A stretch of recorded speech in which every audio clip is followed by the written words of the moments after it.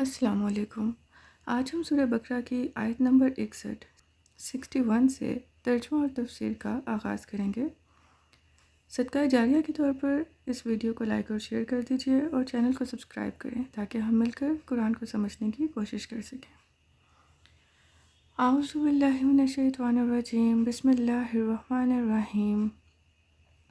وَإِذْ قُلْتُمْ يَا مُوسَىٰ لَن نَّصْبِرَ عَلَىٰ طَعَامٍ وَاحِدٍ فَادْعُ لَنَا رَبَّكَ يُخْرِجْ لَنَا مِمَّا تُنبِتُ الْأَرْضُ مِن بَقْلِهَا وَقِثَّائِهَا وَفُومِهَا وَعَدَسِهَا وَبَصَلِهَا قَالَ أَتَسْتَبْدِلُونَ الَّذِي هُوَ أَدْنَىٰ بِالَّذِي هُوَ خَيْرٌ اهْبِطُوا مِصْرًا فَإِنَّ لَكُم مَّا سَأَلْتُمْ وَضُرِبَتْ عَلَيْهِمُ الذِّلَّةُ وَالْمَسْكَنَةُ وَبَاءُوا بِغَضَبٍ مِّنَ اللَّهِ ذَلِكَ بِأَنَّهُمْ كَانُوا يَكْفُرُونَ بِآيَاتِ اللَّهِ وَيَقْتُلُونَ النَّبِيِّينَ بِغَيْرِ الْحَقِّ ذَلِكَ بِمَا عَصَوا وَّكَانُوا يَعْتَدُونَ.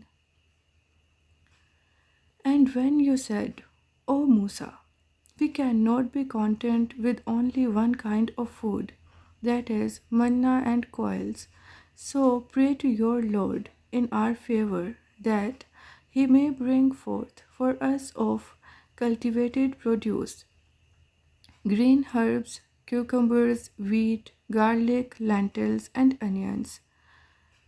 Musa said to his people, Do you demand something inferior in exchange for something superior? And if that is what you wish, then go down to any city. Surely there will be available all what you demand. Then dishonor and deprivation were brought upon them, and they incurred the wrath of Allah because they used to deny the signs of Allah and kill the prophets unjustly. This was also because they used to disobey and would always exceed limits.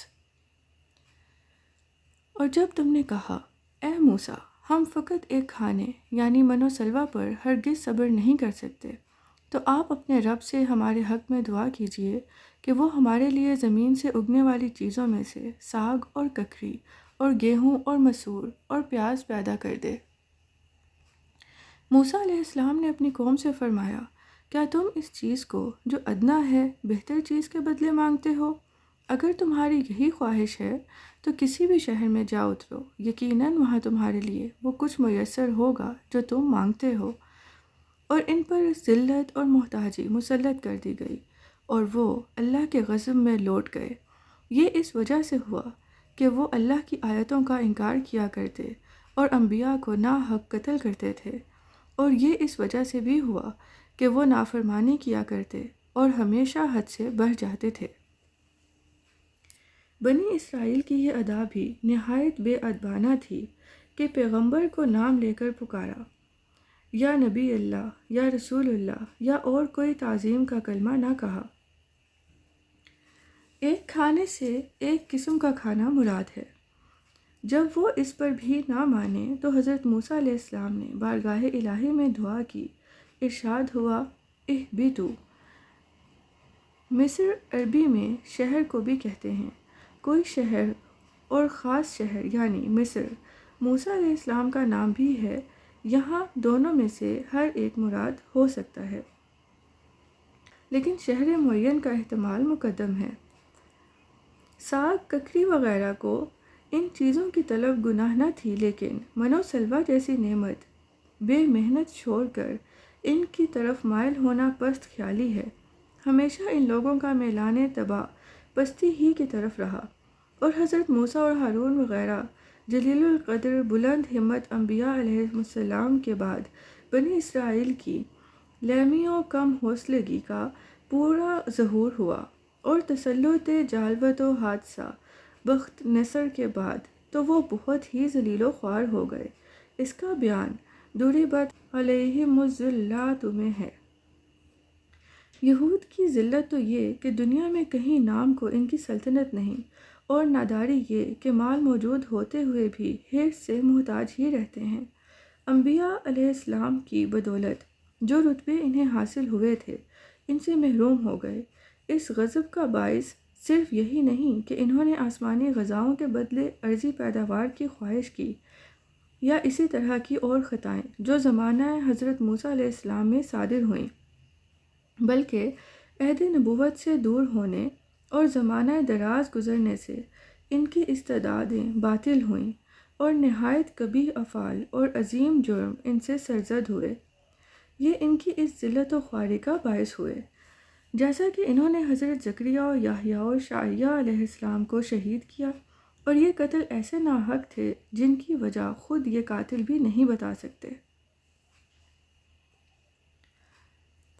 ان الذین آمنوا والذین ہادوا والنصارى والصابئین من آمن باللہ volume الآخر وعمل صالحا فلہم اجرهم عند ربهم ولا خوف علیہم ولا هم يحزنون۔ Verily, those who have believed, and those who were Jews and Christians and Sabians, those of them who believe in Allah and the last day and act piously, there is for them their reward with their Lord. Neither shall any fear afflict them, nor shall they grieve. بے شک جو لوگ ایمان لائے اور جو یہودی ہوئے اور جو نصارہ اور صابی تھے، ان میں سے جو بھی اللہ پر اور آخرت کے دن پر ایمان لایا اور اس نے اچھے عمل کیے، تو ان کے لیے ان کے رب کے ہاں ان کا اجر ہے۔ ان پر نہ کوئی خوف ہوگا اور نہ وہ رنجیدہ ہوں گے۔ ابن حریر و ابن ابی حاتم نے صدی سے روایت کی کہ یہ آیت سلمان فارسی رضی اللہ تعالیٰ عنہ کے اصحاب کے حق میں نازل ہوئی۔ وَإِذْ أَخَذْنَا مِيثَاقَكُمْ وَرَفَعْنَا فَوْقَكُمُ الطُّورَ خُذُوا مَا آتَيْنَاكُمْ بِقُوَّةٍ وَاذْكُرُوا مَا فِيهِ لَعَلَّكُمْ تَتَّقُونَ۔ And recall when we took a firm promise from you and raised the mount of Sinai high above you, so that you hold fast firmly what we have given you, and bear in mind whatever is written in this book, the Torah, so that you become pious.